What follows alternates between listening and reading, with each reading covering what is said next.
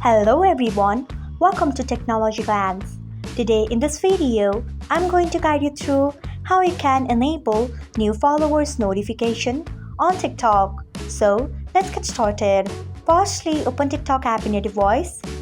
Then tap on your profile icon if you haven't. Next, tap on three lines icon. Then tap on settings and privacy. Next, tap on notifications. After that, you can see the option of new followers.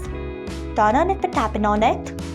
So this is how you can enable new followers notification on TikTok. Thanks for watching. If you found this guide helpful, we would love it if you hit the thumbs up button below. We upload great new tech tutorials like this one every day, so do not forget to subscribe to our channel and hit the bell icon so that you will never miss another update.